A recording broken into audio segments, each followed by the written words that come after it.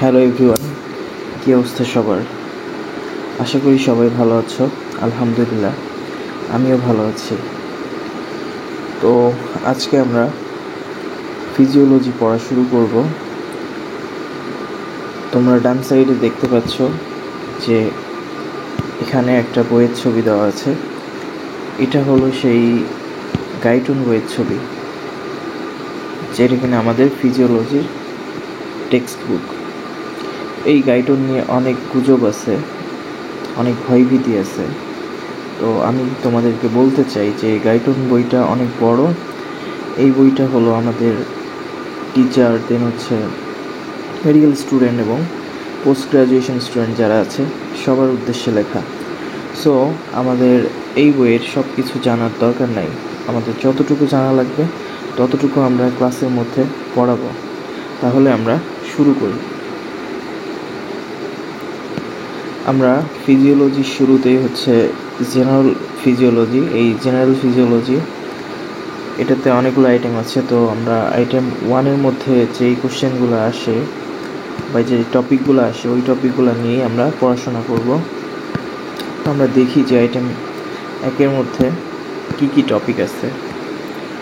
তো প্রথমে এখানে দেখতে পাচ্ছ যে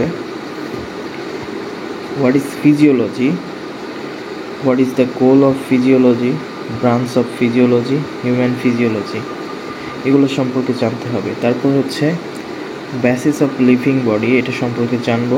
দেন হচ্ছে কম্পোজিশন অফ বডি ফ্লুইড, এটা নিয়ে জানবো। দেন হচ্ছে সিরাম ইলেকট্রোলাইট সম্পর্কে জানবো, হোমিওস্ট্যাসিস সম্পর্কে জানবো, ফিডব্যাক মেকানিজম সম্পর্কে জানবো, এবং সবশেষ আমরা control system of the body এইগুলো সম্পর্কে জানবো। তাহলে প্রথমেই আমরা ফিজিওলজি যেহেতু পড়তে যাচ্ছি, এজন্য আমাদেরকে ফিজিওলজি কি সেই জিনিসটা বুঝতে হবে। এখন আমি যদি বাংলায় বলি, সহজ বাংলায়, ফিজিওলজি হচ্ছে আমাদের শরীরের মধ্যে বিভিন্ন ধরনের ফিজিক্যাল এবং কেমিক্যাল মেকানিজম হয়। এই ফিজিক্যাল কেমিক্যাল মেকানিজমের কারণেই আমরা বেঁচে থাকি। তো এই যে এইসব ফিজিক্যাল এবং কেমিক্যাল মেকানিজম নিয়ে মেডিকেল সায়েন্সের যে ব্রাঞ্চে আলোচনা করা হয় সেটাই হচ্ছে আমাদের ফিজিওলজি। এখন তাহলে আমরা একটু ডেফিনেশনটা দেখি যে what is physiology. Physiology is the branch of medical science which explains the physical and chemical mechanisms that are responsible for the origin, development and progression of life. এখন দেখো যে ফিজিওলজি দুইটা গ্রিক ওয়ার্ড, ফাইসিস যেটার অর্থ হচ্ছে nature এবং logos যেটার অর্থ হচ্ছে স্টাডি। তাহলে এই দুইটা ওয়ার্ড থেকে আমাদের ফিজিওলজি শব্দটা আসছে। তাহলে ফিজিওলজির মিনিংটা কি? Study of nature. আচ্ছা, এখন আমরা ফিজিওলজির গোল কি সেটা সম্পর্কে জানব। তাহলে ফিজিওলজির গোল কি? এক্সপ্লেইন করা ফিজিক্যাল অ্যান্ড কেমিক্যাল মেকানিজম যেগুলো কিনা আমাদের অরিজিন, ডেভেলপমেন্ট এবং প্রোগ্রেশন অফ লাইফের জন্য রেসপন্সিবল।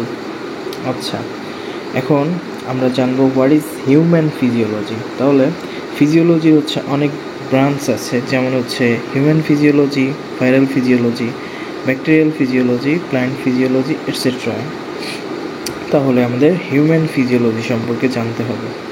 হিউম্যান ফিজিওলজি কি? যে আমাদের মানুষের দেহের মধ্যে কিছু ক্যারেক্টারিস্টিক মেকানিজম ঘটে যেগুলো আমাদেরকে বেঁচে থাকতে সাহায্য করে। এই মেকানিজমগুলো নিয়ে বিজ্ঞানের যেই শাখাটা বা যেই ব্রাঞ্চটা, ফিজিওলজি যে ব্রাঞ্চটা ডিল করে সেটাই হচ্ছে আমাদের হিউম্যান ফিজিওলজি। হিউম্যান ফিজিওলজি তাহলে কি? The science of human physiology attempts to explain the specific characteristic mechanism of human body that make a living being.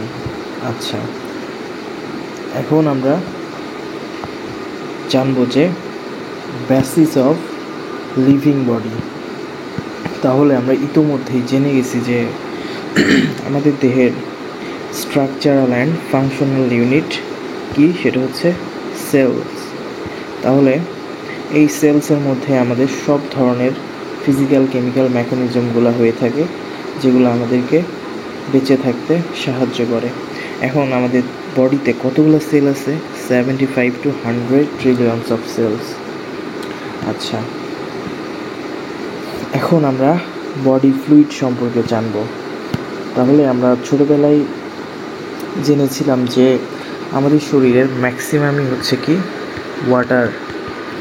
তো এই যে ওয়াটার বা ফ্লুইড যেটাই বলি না কেন, এই ওয়াটার বা ফ্লুইডগুলা কোথায় থাকে? আমাদের বডিতে বিভিন্ন ধরনের ফাঁকা জায়গা আছে, স্পেস আছে বা কম্পার্টমেন্ট আছে।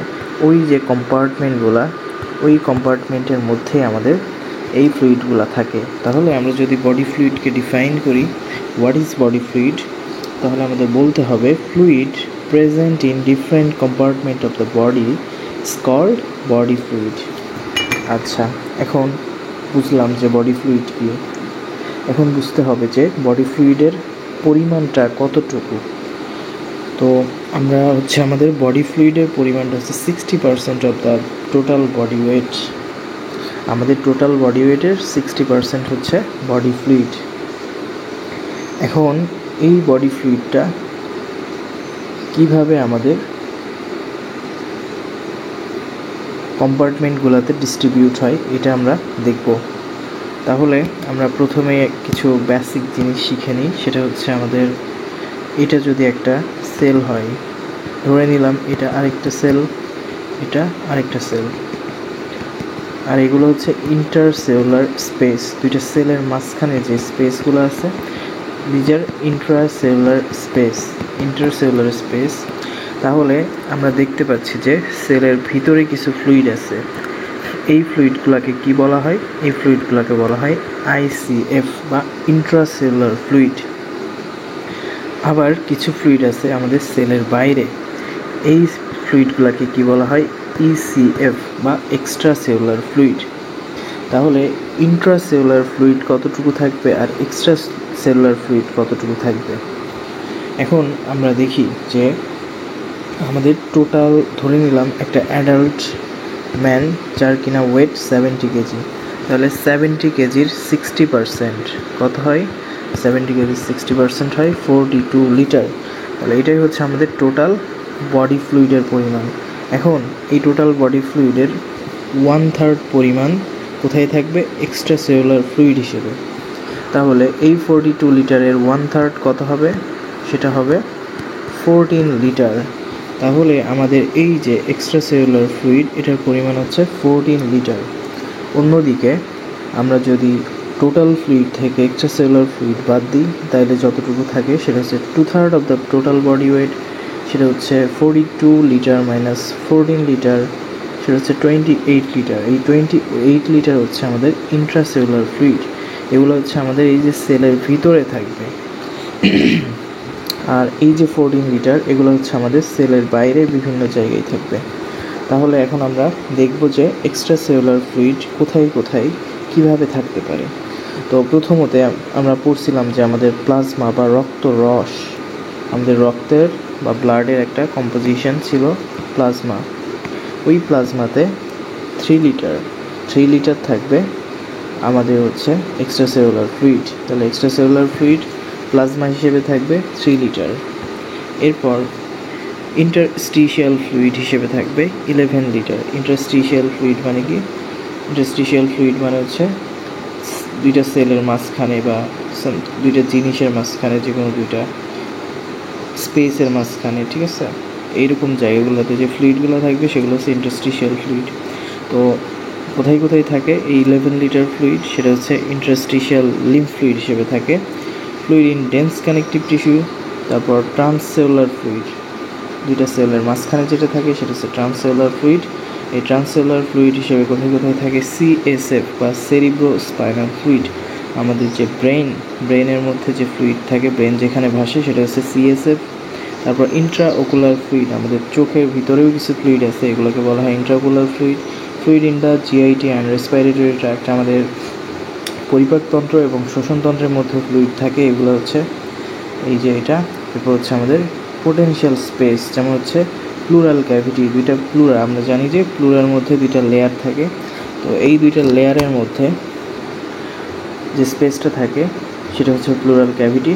তো এই প্লুরাল ক্যাভিটির মধ্যে ফ্লুইড থাকতে পারে। তারপর হচ্ছে পেরিকার্ডিয়ামের মাঝখানে যে ফ্লুইড থাকে পেরিকার্ডিয়াল ক্যাভিটিতে, তারপর পেরিটোনিয়াল ক্যাভিটিতে থাকে, সাইনোভিয়াল ক্যাভিটিতে থাকে, এবং cavity of the tunica vaginalis surrounding the টেস্টিসের মধ্যেও থাকতে পারে। এখন আমরা দেখি এখানে এই যে এক্সট্রা সেলুলার ফ্লুইড এবং ইন্ট্রাসেলুলার ফ্লুইড এগুলো সম্পর্কে আরও কিছু কথাবার্তা বলা হয়েছে। তো আমরা একটু পড়ি যে এক্সট্রাসেলুলার ফ্লুইড এটাকে ডিফাইন করা হয়, the fluid that occupy outside the cells are collectively called extracellular fluid. এই এক্সট্রাসেলুলার ফ্লুইড এটা কতটুকু থাকে? 1/3 অফ দ্য বডি ওয়েট। আর এই এক্সট্রাসেলুলার ফ্লুইডের মধ্যে কী কী জিনিসপত্র থাকে, এটা কী কী কন্টেইন করে, এটা কিন্তু আমাদের ভাইবার জন্য ভেরি ভেরি ইম্পর্ট্যান্ট। আমাদের ভাইবাতে জিজ্ঞেস করবে তখন আমাদেরকে বলতে হবে এটার মধ্যে ইম্পর্ট্যান্ট আয়ন, ইলেকট্রোলাইট বা আয়ন যেটা হচ্ছে sodium ion, chloride ion, bicarbonate ion থাকে, এবং কি থাকে? নিউট্রিয়েন্ট থাকে, oxygen, glucose, fatty acid and amino acid, এবং কি থাকে? কার্বন ডাইঅক্সাইড থাকে এবং আদার সেলুলার ওয়েস্ট প্রোডাক্ট। তাহলে এই যে আমাদের এক্সট্রাসেলুলার ফ্লুইড কী কী কন্টেইন করে এগুলো খুবই ইম্পর্ট্যান্ট। এখন এক্সট্রাসেলুলার ফ্লুইডের ভলিউম কতটুকু? 14 লিটার্স আমরা দেখছি। তারপর হচ্ছে ইন্ট্রাসেলুলার ফ্লুইড। ইন্ট্রাসেলুলার ফ্লুইড কি? The fluid that occupy inside the cells of the body are collectively known as intracellular fluid. Intracellular fluid কতটুকু থাকে? 2/3 অফ দ্য বডি ওয়েট। এটার মধ্যে কোন কোন ইলেকট্রোলাইট থাকে সেটা হচ্ছে আমরা মনে রাখতে পারি KMP দিয়ে। তাহলে K দিয়ে কি? পটাশিয়াম, M দিয়ে হচ্ছে ম্যাগনেসিয়াম, এবং P দিয়ে ফসফেট আয়ন। আর এটার ভলিউম কতটুকু হবে? 28 লিটার হবে এটার ভলিউম। এখন আমাদেরকে জানতে হবে যে what are the main cation and anion of ECF and ICF।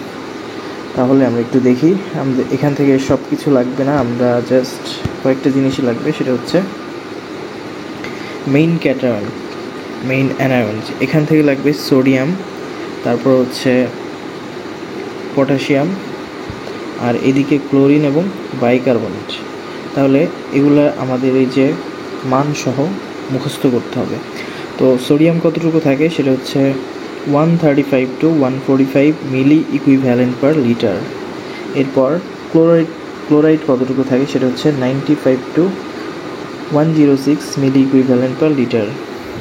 Potassium থাকে 3.5 থেকে 5 মিলি ইকুইভ্যালেন্ট পার লিটার, এবং বাইকার্বনেট থাকে 24 to 28 milli equivalent per litre.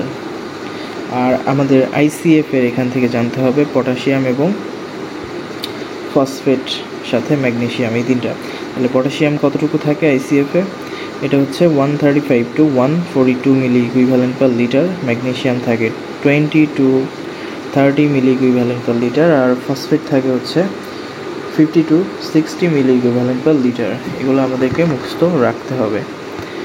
এখন আমরা হচ্ছে সিরাম ইলেকট্রোলাইট সম্পর্কে জানবো। তাহলে সিরাম ইলেকট্রোলাইট কি? সিরাম ইলেকট্রোলাইট হচ্ছে আমাদের সিরামের মধ্যে যে ইলেকট্রোলাইটগুলো থাকে সেটা হচ্ছে সিরাম ইলেকট্রোলাইট। তো সিরাম কি? সিরাম হচ্ছে আমাদের প্লাজমা, মানে রক্তরস। আমরা জানি যে ব্লাডের মধ্যে দুইটা জিনিস থাকে, একটা হচ্ছে রক্তরস বা প্লাজমা, আরেকটা কি থাকে? আরেকটা হচ্ছে ব্লাড সেল, তাই না? ব্লাড সেল বা রক্তকণিকা। তাহলে এই যে প্লাজমার মধ্যে অনেক ধরনের জিনিস থাকে। প্লাজমা থেকে যদি আমরা আমাদের যে কোয়াগুলেশন ফ্যাক্টর এগুলোকে যদি বাদ দিই, তখন যে জিনিসটা থাকে সেটা হচ্ছে আমাদের সিরাম। তাহলে এই সিরামের মধ্যে কি কি ইলেকট্রোলাইট থাকে আমরা সেগুলো সম্পর্কে এখন জানব। তাহলে সিরাম ইলেকট্রোলাইট হচ্ছে সোডিয়াম, পটাশিয়াম, ক্লোরাইড এবং বাইকার্বনেট। তো সোডিয়াম কতটুকু পরিমাণে থাকে নর্মাল লেভেলটা আমাদের জানতে হবে, অবশ্যই একক সহ বলতে হবে। মিলি ইকুইভ্যালেন্ট পার লিটার, এটা হচ্ছে আমাদের একক, এটা সম্পর্কে এটা নিয়ে আমাদের বলতে হবে। তাহলে সোডিয়াম থাকে 135 to 145 milli equivalent per litre. তারপর হচ্ছে পটাশিয়াম, এই পটাশিয়াম থাকে 3.5 to 5 milli equivalent per litre.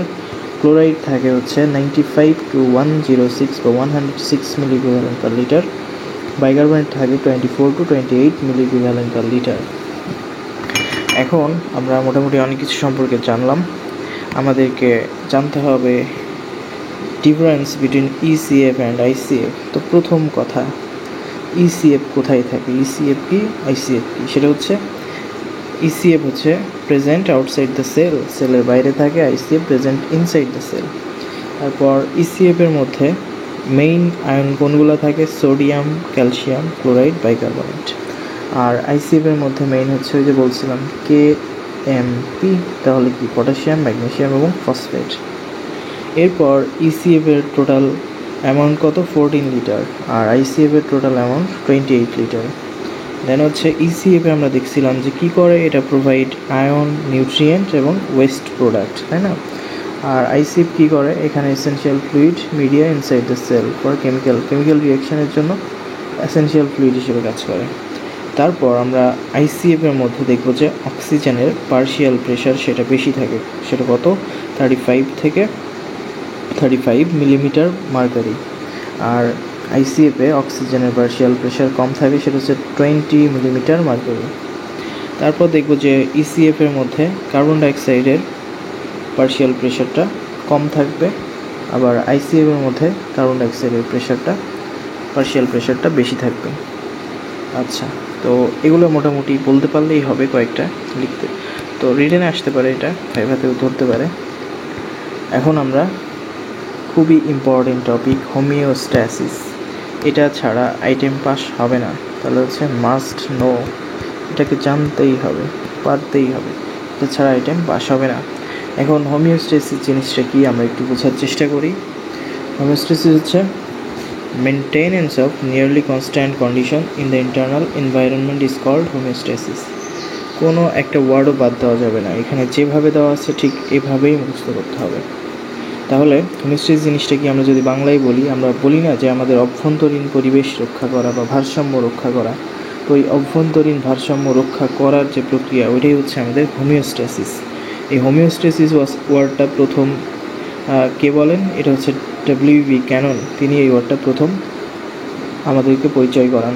এরপর হোমিওস্ট্যাসিসের এক্সাম্পল হিসেবে কি দেখতে পাই? যেমন হচ্ছে আমরা যখন দেখা যায় যে আমাদের বডিতে কি হয়, মেটাবলিজম হওয়ার পরে কার্বন ডাইঅক্সাইড তৈরি হয়, এবং এই কার্বন ডাইঅক্সাইড আমাদের শরীরের জন্য ক্ষতিকর। যার কারণে কি, কার্বন ডাইঅক্সাইড আমাদের শরীরে বেড়ে গেলে সেটা কি হয়, বের হয়ে যায়, এবং ওই শরীরের কোষের মধ্যে অক্সিজেন কমে যায়। তখন হচ্ছে আমরা বাইরের পরিবেশ থেকে অক্সিজেন সরবরাহ হয় সেলের মধ্যে। এরপর আমাদের দেখা যায় যে কোনো একটা আয়ন যদি বেড়ে যায়, সেটা আমাদের কিডনি কী করে, এই আয়নটাকে কমাই দেয়, মেনটেইন করে। তারপর হচ্ছে আমাদের যদি শরীরে এনার্জি কমে যায়, তখন আমাদের এই জিআইটি কী করে, আমাদের নিউট্রিয়েন্টকে প্রোভাইড করে। তারপর বডির টেম্পারেচার যদি কখনো বেড়ে যায়, সেই টেম্পারেচারটা মেনটেইন হয়।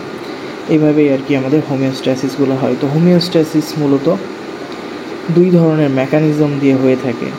একটা, এগুলোকে বলে ফিডব্যাক মেকানিজম। তো এই ফিডব্যাক মেকানিজম কয় রকম আছে? দুই রকম আছে। একটা হচ্ছে নেগেটিভ ফিডব্যাক মেকানিজম, একটা হচ্ছে পজিটিভ ফিডব্যাক মেকানিজম। তো আমরা দেখব যে বেশিরভাগ ক্ষেত্রে আমাদের এই নেগেটিভ ফিডব্যাক মেকানিজমটা আমাদের হোমিওস্ট্যাসিসটা মেনটেইন করবে।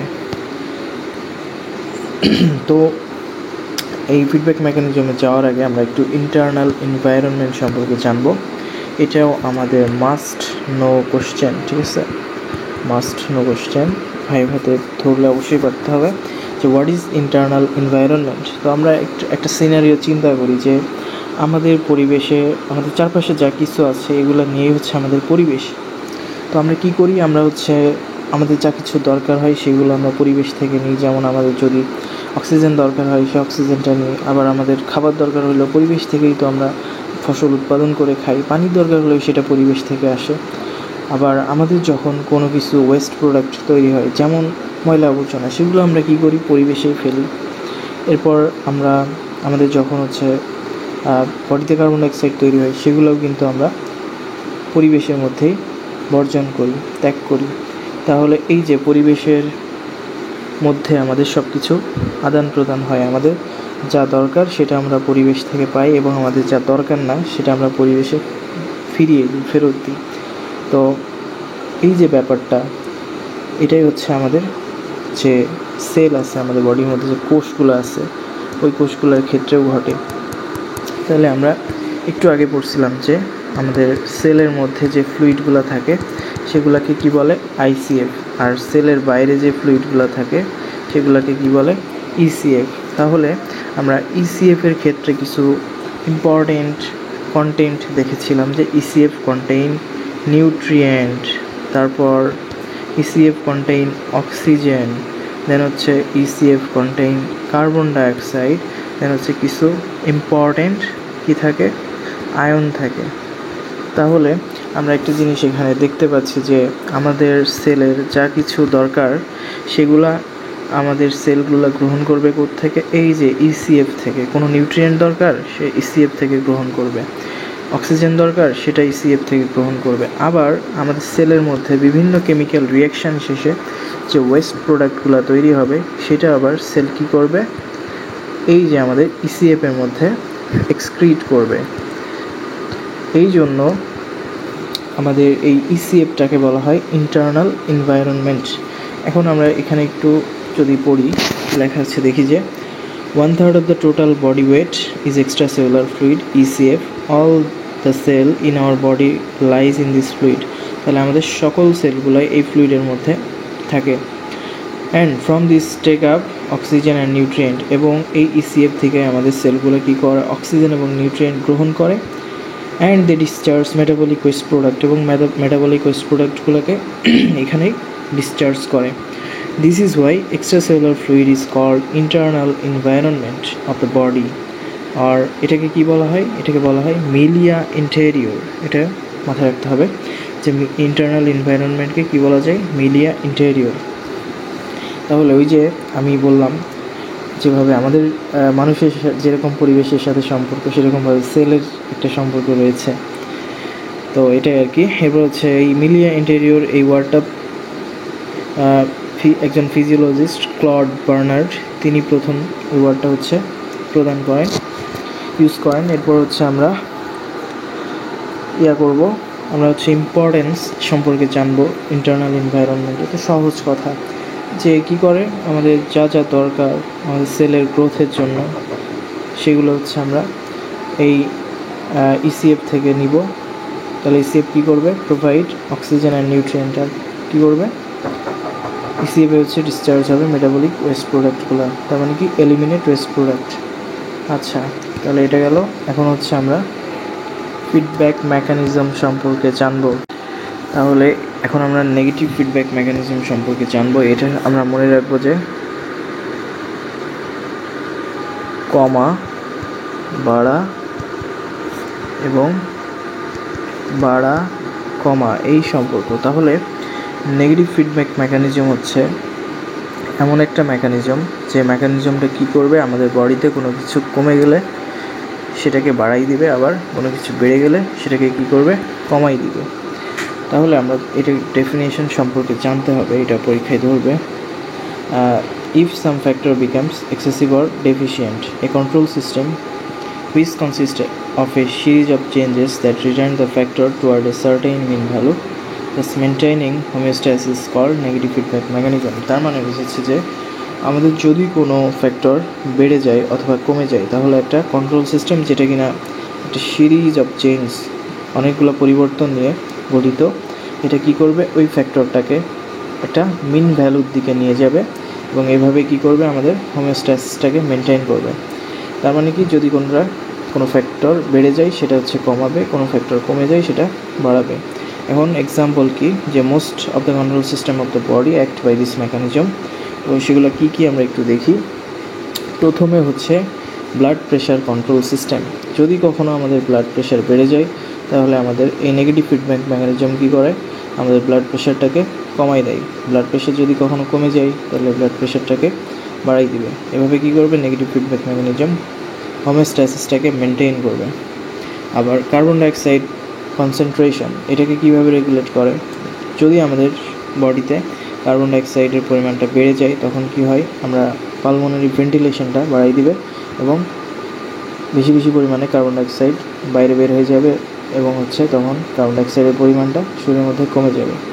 তারপর সেমভাবে regulation of acid base, acid যদি কখনো বেড়ে যায় তখন কী করবে, অ্যাসিডটাকে কমাই দিবে। বেস বেড়ে গেলে তখন বেসটাকে কমাই দিবে। এভাবে কী করবে, রেগুলেশন করবে। Regulation of water and electrolyte balance, temperature বেড়ে গেলে টেম্পারেচার কমাই দিবে, কমে গেলে বাড়াই দিবে। তারপর regulation of hormonal balance, regulation of plasma calcium. তাহলে এই এক্সাম্পলগুলো আমাদের মাথায় রাখতে হবে, ভাইবার জন্য ইম্পর্ট্যান্ট। এরপর আমরা একটি ওয়ার্ড এখানে দেখছি গেইন। গেইন জিনিসটা কি? গেইন জিনিসটা হচ্ছে কারেকশন বাই এরর। মনে করলাম যে আমাদের শরীরে কোনোভাবে কার্বন ডাইঅক্সাইডের পরিমাণ বেড়ে গেল, তাহলে এটা কি করবে, কতটুকু বেড়ে গেছে? ধরে নিলাম যে 12 মিলিমিটার বেড়ে গেছে, তাহলে এটা কি করবে, 2 মিলিমিটার কারেকশান করলো। তাহলে এই যে এই মেকানিজমের গেইন কতটুকু হবে? গেইনটা হবে এই কারেকশান ডিভাইডেড বাই এরর, এটা হচ্ছে গেইন। আচ্ছা, এটা অত ইম্পর্টেন্ট না, ধরে না। এখন হচ্ছে পজিটিভ ফিডব্যাক মেকানিজম। তাহলে নেগেটিভ ফিডব্যাক মেকানিজমের উল্টাটাই হচ্ছে পজিটিভ ফিডব্যাক মেকানিজম হতে পারে। তাহলে পজিটিভ ফিডব্যাক মেকানিজম কী করবে, এটা হচ্ছে বাড়াবে। কোনো কিছু বেশি আছে সেটাকে কী করবে, আরও বাড়াই দিবে। কোনো কিছু কম আছে সেটাকে কী করবে, আরও কমাই দিবে। এটাই হচ্ছে আমাদের পজিটিভ ফিডব্যাক মেকানিজম। আমরা যদি এটাকে ডিফাইন করি, তাহলে if initiating stimulus causes more of the same is called positive feedback mechanism. Example কী কী আছে, ভেরি ভেরি ইম্পর্ট্যান্ট, এটা আমাদের জানতেই হবে। সেটা হচ্ছে ব্লাড ক্লটিং, তারপর হচ্ছে পারচুরেশন মেকানিজম, এলএইচআরস, creation of the nerve signal. তাহলে ব্লাড ক্লটিংয়ের মধ্যে পজিটিভ ফিডব্যাক মেকানিজম কীভাবে কাজ করে?